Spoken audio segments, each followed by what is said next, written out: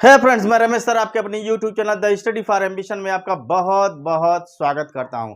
Friends, आज का video जो है या यूं कह लें कि आज से जो है एनसीईआरटी की क्लास 3, 4 और 5 के जो ईबीएस का होता है यानी कि इन्वायरमेंट का सब्जेक्ट, इसे आज से शुरू करने जा रहा हूं। यानी कि एनसीईआरटी के इन्वायरमेंट पोर्शन को आज से लेकर चल रहा हूं और एनसीईआरटी के 3, 4 और 5 ये कक्षा के ये सब इन्वायरमेंट को कवर करूंगा। उसके बाद 6, 7, 8 और फिर 9, 10, 11 और 12 इस सारा इन्वायरमेंट जो भी आता है इन्वायरमेंट का प्रश्न, वो ये कह लें कि पीसीएस से लेकर या आईएएस से लेकर आपके टेट और सुपर टेट सभी प्रतियोगी परीक्षाओं में ये इन्वायरमेंट पूरी तरह से इस समय चलन में है। यानी कि अगर कोई भी पेपर बन रहा है किसी भी प्रतियोगी परीक्षा का, तो उसमें जो है इन्वायरमेंट के प्रश्न निश्चित रूप से बन रहे हैं।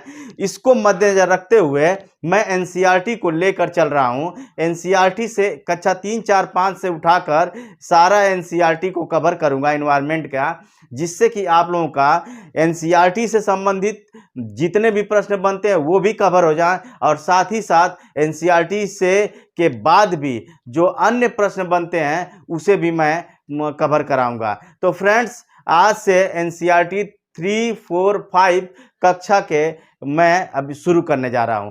तो आज का जो है कक्षा 4 का एनसीईआरटी दे रहा हूं और इसके अंतर्गत जो है एनसीईआरटी वो भी इन्वायरमेंट का, वो इसके अंतर्गत जो भी सब्जेक्ट में एक एक पॉइंट रहता है वो सारे एक एक पॉइंट को आप लोगों तक पहुंचाऊंगा। तो कक्षा 4 का आपका एनसीईआरटी का इन्वायरमेंट यानी ईवीएस का आप लोगों को आज देने जा रहा हूं मैटर। तो इसे आप जो बड़े ध्यान से देखिएगा, एकदम इजी है। आप लोग निश्चित जानिए, टेट, सुपर टेट और पेट और छोटी छोटी परीक्षाएं जितनी भी हैं एनसीईआरटी के इन 3, 4, 5 से इसीलिए उठा रहा हूं कि टेट और सुपर टेट के बच्चों के लिए बेहद जो है रामबाण का कार्य करेगा, क्योंकि प्रश्न यहीं से उठाता है। तो आइए ईवीएस का क्लास 4 का आप आज का चैप्टर लेके चलते हैं। तो सबसे पहला जो है ईबीएस में क्लास 4 यानी C4 लिखा हूं। ये क्लास 4 का जो महत्वपूर्ण बिंदु है वो भी क्षेत्रीय महत्वपूर्ण बिंदु, उन सब महत्वपूर्ण बिंदुओं को आपको दे रहा हूं। पहला प्रश्न आप तक पहुंच रहा है कि बांस से बना हुआ पुल कहां पे प्राप्त होता है। यानी बांस से बना हुआ पुल आपको असम में प्राप्त होता है, यानी असम में बांस से बना हुआ पुल प्राप्त होता है। दूसरा देखा जाए, असम में बारिश इंपॉर्टेंट है, असम में बारिश सबसे अधिक होती है। असम का प्रश्न बना है तो यहाँ असम से उठा हुआ एक और प्रश्न है जो पूछता ही है कि बारिश सबसे ज़्यादा कहाँ होती है इंडिया में, तो ये असम में होती है, मासीराम में। तो आगे चलते हैं कि रस्सी से बने पुल ये कहाँ पे होता है, तो ये रस्सी से बने पुल भी ये असम में ही है, प्राप्त होते हैं। आगे, ट्रॉली का उपयोग कहाँ पे होता है? ट्रॉली का उपयोग लद्दाख में होता है, यानी लद्दाख में ट्रॉली का उपयोग होता है। आगे चलिए, बल्लम का उपयोग ये कहाँ होता है? ये है केरल में। केरल में बल्लम का उपयोग होता है और ये होता क्या है कि यह एक छोटी सी नाव होती है जिसका उपयोग बच्चों को स्कूल भेजने में किया जाता है। यानी कि बल्लम एक जो है छोटी सी नाव होती है या छोटी छोटी नाव होती हैं। उन नावों से एक्चुअली होता क्या है कि वहाँ पे झीलें ज़्यादा हैं, तो झील को विद्यालय और घर के बीच में जो नाव झील आ जाती है, उस झील को पार करने के लिए छोटी छोटी नाव बनाई जाती हैं जिसे बल्लम कहते हैं। उसी बल्लम के बारे में बता रहे हैं कि ये बेसिकली बच्चों को स्कूल पहुंचाने में ये उपयोगी होता है। नेक्स्ट है कि ऊंट की गाड़ी का उपयोग कहाँ पे होता है? ऊंट की गाड़ी का उपयोग सिंपल सी बात है कि आपका राजस्थान में होगा। राजस्थान का महत्वपूर्ण तथ्य, वहाँ रेगिस्तान है और रेगिस्तान में ऊंट ही हैं जो आपके लिए किसी भी रेगिस्तान के लिए सक्सेस रहता है। और यहाँ ये भी एक प्रश्न बनता है, बार बार हर प्रतियोगी परीक्षाओं में बनता है कि रेगिस्तान का जहाज किसे कहा जाता है? तो रेगिस्तान का जहाज ऊंट को ही कहा जाता है। अगला प्रश्न भी होगा मुझे लगता है, हाँ, राजस्थान का जहाज ऊंट को कहा जाता है। नेक्स्ट आइए चलते हैं कि बैलगाड़ी का उपयोग कहाँ पे होता है? तो बैलगाड़ी का उपयोग, सिंपल सी बात है। अब हम लोग मैदानी क्षेत्र के हैं और हम लोगों को बेहतर कौन जानेगा, तो बैलगाड़ी का उपयोग मैदानी क्षेत्रों में प्राप्त होता है। नेक्स्ट है जुगाड़ी गाड़ी का प्रयोग, यानी जुगाड़ वाली गाड़ी का उपयोग कहाँ पे होता है? तो सिंपल सी बात है, हमारे मोदी जी से बेहतर कौन जानेगा। मोदी जी जैसे जुगाड़ी मतलब पीएम अब तक प्राप्त नहीं हुए, और ये गुजरात के हैं और निश्चित रूप से ये अपना जो है जो प्रतिभा है जुगाड़ वाली वो पूरे देश में फैलाए हैं। तो जुगाड़ी गाड़ी जो है आपका गुजरात में इसका उपयोग होता है। और घना जंगल, जब घने जंगल की इंडिया के संदर्भ में बात आए तो आंख मूंद कर उत्तराखंड में आप टिक लगाइएगा, क्योंकि ये उत्तराखंड में ही घना जंगल प्राप्त होता है। आगे महत्वपूर्ण बात, इतना ध्यान रखिएगा कि ये क्लास 4 के जितने भी ईवीएस से बने हुए चैप्टर्स जितने भी हैं वो सारे प्रश्नों को यहाँ पे मैं दे रहा हूँ। तो आगे जो है देखिए, उबड़ खाबड़ की जो पथरीली रास्ते प्राप्त होगा वो कहाँ पे होगा? पहाड़ी एरिया में। और पहाड़ी एरिया है कहाँ? तो ये है आपका उत्तराखंड में। तो उत्तराखंड में उबड़ खाबड़ पथरीले रास्ते प्राप्त होते हैं। नेक्स्ट है कि पहाड़ी एरिया में ही, इसी इलाके में, सिंपल सी बात है, इसे जो है फूलों की घाटी भी कहा जाता है, यानी उत्तराखंड को फूलों की घाटी भी कहा जाता है।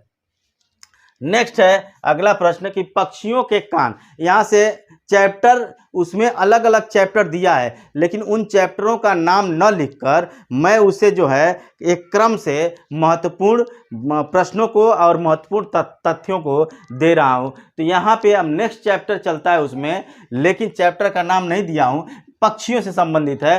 तो ये जो है पक्षियों के कान दिखाई नहीं देते। आप इस चीज़ को आप जान लीजिए, आप जानते भी हैं कि पक्षियों के कान नहीं दिखाई देते, सिंपल सी बात है। लेकिन यहाँ पे कुछ महत्वपूर्ण पॉइंट है कि जिन जानवरों के कान बाहर होते हैं, जिन जानवरों के कान बाहर होते हैं वो क्या होते हैं? स्तनधारी होते हैं। ये स्तनधारी ना कह के जिन जानवरों के कान बाहर दिखाई देते हैं वो क्या करते हैं? वो बच्चे देते हैं। सिंपल सी बात है, वो बच्चे देते हैं, और जो बच्चा देता है वो दूध पिलाता है, स्तनधारी भी हुआ। आगे नेक्स्ट दूसरा है, इन जानवरों के कान दिखाई नहीं देते हैं और प्रायः उनके ऊपर बाल नहीं होते हैं, वो अंडे देते हैं। यहाँ तक क्लियर? जानवरों की बात है, पक्षियों की बात नहीं है। अब नेक्स्ट चलते हैं, अब हाथी, नंदू हाथी की बात चलिए। अब नंदू हाथी को देख लेते हैं। इस चैप्टर का नाम नंदू हाथी है, लेकिन चैप्टर का नाम मैं नहीं दे रहा हूं, आप लोगों को महत्वपूर्ण तथ्यों को आप लोगों तक पहुंचा रहा हूं। यहाँ पे यह है कि हाथी एक दिन में, अब से इससे महत्वपूर्ण बातें कि हाथी से संबंधित महत्वपूर्ण प्रश्न पॉइंट जो है या बिंदु है, एक दिन में लगभग 100 kg जो है ये पत्ते एवं झाड़ियाँ खाता है। यानी हाथी का यह है कि एक दिन में कम से कम 100 kg वो खाता है पत्ते और झाड़ियों को। आगे का हाथी का इम्पोर्टेंट पॉइंट है कि एक दिन में हाथी लगभग 2 से 4 घंटे सोता है। हाथी का है लगभग 2 से 4 घंटे ये सोता है। नेक्स्ट हम लोग चलते हैं कि 3 महीने में हाथी के बच्चे जो हैं, लगभग इनका वजन बता दें तो 3 महीने में हाथी के बच्चे का वजन लगभग 200 kg का होता है। ये आप जान लीजिए, महत्वपूर्ण प्रश्न है। आगे चलते हैं, हाथियों के झुंड में, जान लीजिए कि हाथियां झुंड में रहती हैं, सिंपल सी बात है। हाथियों के झुंड में केवल, ये महत्वपूर्ण बात है, केवल हथनी और बच्चे होते हैं। हाथियों के झुंड जो होता है, हाथी का झुंड देखते हैं आप, वो झुंड में आप कभी भी वहाँ पे सिर्फ और सिर्फ हथनी और बच्चों को देखते हैं, और बच्चे होते हैं। यानी कि हाथियों के झुंड में हथनी और बच्चे होते हैं, महत्वपूर्ण बात है। और देखिए, झुंड का जो बुजुर्ग जो हाथी होती है, हथनी होती है, झुंड का जो बुजुर्ग हथनी होती है, वो हथनी जो है अपने झुंड का नेता होती है। यानी कि झुंड का नेता जो है बुजुर्ग हथनी होती है। अच्छा, एक और चीज़, एक झुंड में हाथियों का जो समूह होता है लगभग 10 से 12 का होता है। 10 से 12 हथनी और बच्चे होते हैं। यानी कि मैं बता ही चुका हूँ कि झुंड में हथनी और बच्चे होते हैं, तो इसलिए जो है 10 से 12 हथनी और बच्चे होते हैं, ये है। और जब नेक्स्ट है कि लगभग ये 14 से 15 साल तक झुंड में होते हैं। यानी कि 14 से 15 साल तक ये लोग झुंड में चलते हैं और 14 से 15 साल के बाद यानी कहें तो उसके बाद जो है ये क्या कर लेते हैं, अकेले हो जाते हैं। यानी कि 14-15 साल तक झुंड में रहेंगे, उसके बाद वो अकेले हो जाते हैं। ये है। अब यहाँ से चलता है बगुला का। बगुला और भैंस का देख लेते हैं। बगुला और भैंस का देख लिया जाए तो बगुला जो भैंस के पीठ पे बैठता है तो वो करता क्या है, वो कीड़े मकोड़े खाता है। यानी कि बगुला जब भैंस के पीठ पे बैठेगा तो कीड़े मकोड़े उसके पीठ पे जो है, भैंस के पीठ पे कुछ ऐसे कीड़े होते हैं जिसे जो बगुला खाता है। तो ये हो गया। दूसरा, बगुला और भैंस के को जो है एक सहजीवी संबंध बताया गया है। यानी कि बगुला और भैंस का जो संबंध है सहजीवी का है। आगे चलते हैं। नेक्स्ट अमृता की कहानी को देख लेते हैं। ये भी नेक्स्ट चैप्टर है। अमृता की कहानी को देखा जाए तो अमृता की कहानी में अमृता जो है राजस्थान के जोधपुर के खेजड़ली गांव की रहने वाली है। यानी कि अमृता जो है राजस्थान के जोधपुर में, जोधपुर जिले के खेजड़ली गांव की रहने वाली थी या यहाँ की निवासी थी। कौन? अमृता। अमृता की कहानी की है ये। उसके बाद देखिए, गांव में खेजड़ी का पेड़ अधिक मात्रा में था। मतलब जहां अमृता का गांव है वो उसका गांव का नामकरण ही इसी नाम पे पड़ा क्योंकि वहां पे खेजड़ी का वृक्ष बहुत ज़्यादा पाया जाता है। खेजड़ी का वृक्ष इतना ज़्यादा पाया जाता है कि वो जो है इसी के नाम पर उसके गांव का नाम खेजड़ली पड़ा। खेजड़ली पड़ा। तो ये है, खेजड़ली नाम पड़ा है उसके खेजड़ी के वृक्ष के नाम पर। आगे चलिए। यहाँ के लोग पेड़ पौधे और जानवरों से पर बहुत ज़्यादा ध्यान रखते हैं। यानी पेड़ पौधे और जानवरों पर विशेष ध्यान रखते हैं यहाँ के लोग। आगे चलते हैं। पेड़ कटने पर अमृता और यहाँ की इस कहानी में पेड़ कटने पर अमृता प्लस उस गांव के लोग जो है लगभग 300 लोगों की जान चली गई थी। ये उस अमृता की कहानी का है। आगे चलिए।